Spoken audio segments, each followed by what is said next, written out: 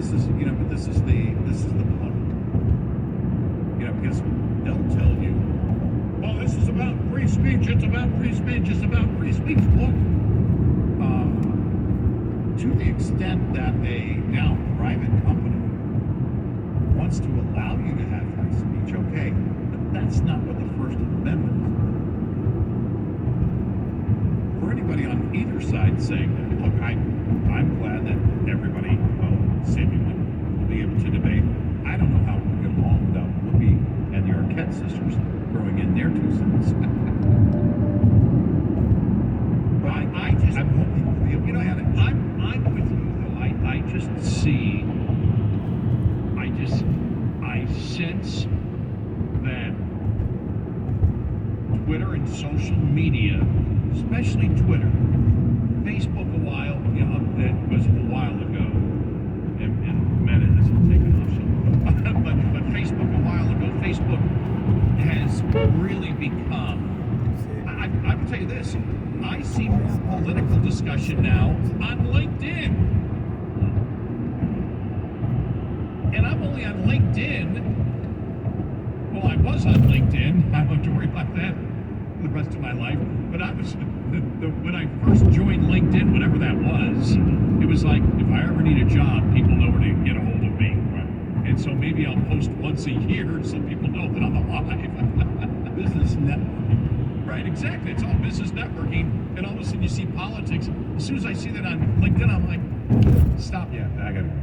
But even on Facebook, I rarely see it. Facebook, and now it may be, the friends that I have, and maybe if I talk politics on it, other people would, because I'm a political talk show host. But I just don't see, regular people that aren't in regular people. If you're not in the media, you're a regular person. I don't see regular people really discussing politics much. Facebook, to me, and to most people that I know, has really become just a way to keep up with family, friends, and really a lot of the people that you went to high school or college with. For me, high school.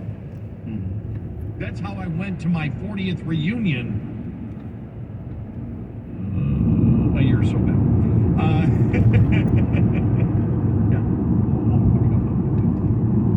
But that's how I went to my 40th, is because I hooked up with people from high school, and I'd never gone to a reunion. He said, "Come on!" Yeah, I remember getting the message from one of my friends. "Come on, you're Gary McNamara."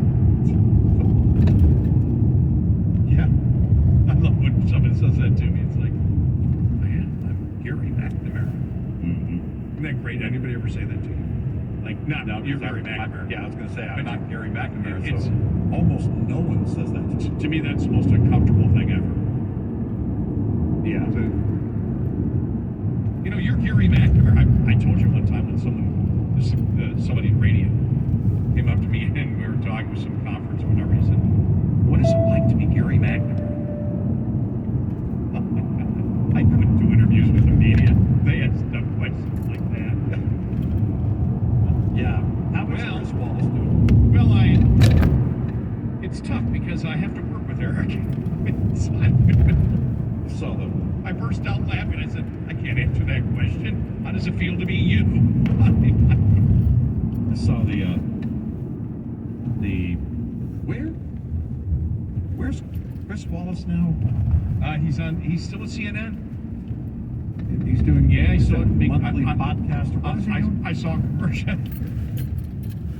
I saw a commercial the other day for CNN, and there he was on it. Yeah, I saw it, and I wasn't interested enough to look where to go to, see whatever it was they were promoting, except to see AOC and a couple of, I think, pop stars that he was going to interview, and I thought, why? He's become what Dan Rather, and I don't even know, I don't have satellite anymore, but whatever the channel, the high definition channel he was on, where Dan Rather now interviews, and he actually does good softball interviews with rock stars. Yeah. We have the Doobie Brothers here today. So why did you call yourselves Doobies? Why do you think, Dan? back to you. I mean, yeah. I don't think I could do those interviews. Yeah. So there you go. That was the headline that got to me. Patricia Arquette and Rosanna Arquette are leaving Twitter. It's like, oh no, how will we ever survive? I don't know. It's changed Twitter forever. I think you can say that safely. The intellectual stimulation I got. I mean, I was obsessed with every word that they would write. Yeah. And no, I don't know the last thing they did, the last movie or whatever. I can't tell you, they or each individual. Yeah, I don't know which one is which. You could put a picture of both of them. I can't tell you which one is which. I know they're Arquette. I know they're an Arquette. David, I can point out pretty good. I think probably, but the other two, I can't tell you. And I will admit, I did. The only thing you say David Arquette. What's the only thing I think of? What's the only role I know him as? Isn't he the cop in the Scream films? He was in all 19 of them. Yeah, was he like the dumb cop? Yeah. Just so unaware of everything. Yeah. I can't even tell you the other Arquettes, any movie that they were in. No, I mean that was actually a pretty good role for him. Oh, I know it was. Yeah. I loved it. It was a great role. Yeah. I mean, it was memorable. Yeah. The likable, maybe not brightest cop in the world. Yes, exactly. You didn't have many police organizations say, we're giving him an award for putting police officers in the best light. Yeah.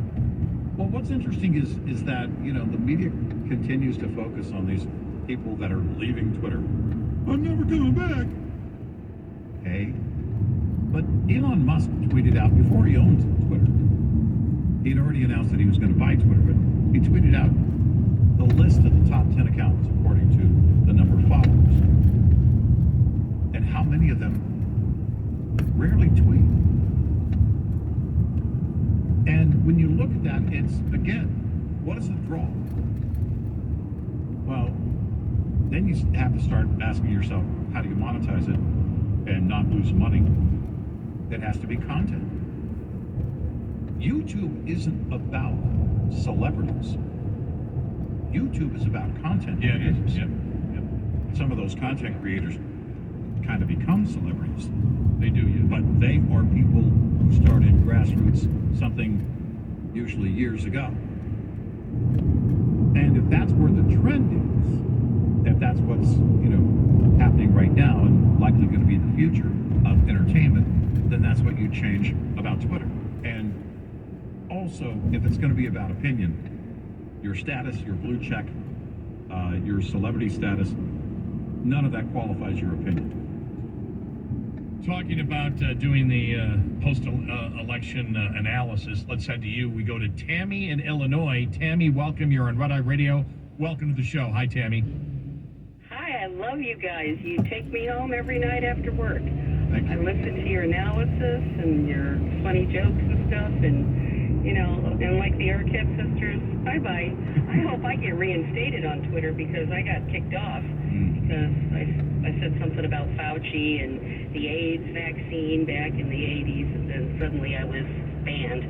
So anyway, I just wanted to say after the just stellar performance of DeSantis, I think he's the Republicans' best hope for trying to get the presidency back because he's just amazing. And what I like about his approach, he doesn't have all the baggage that Trump has. And it just seems like, with Carrie Lake, she may not make it for the governor. And if she doesn't, wouldn't that be a good combo of Ron DeSantis and Carrie Lake? Because they both are fighters. Well, They if I... both know how to put the media in their place. Yeah, I would say DeSantis would never pick Carrie Lake. Why? Because Why do you think? One of the reasons he knows politically for his success, and especially after what just happened in the last 48 hours, he understands that one of the reasons, not the only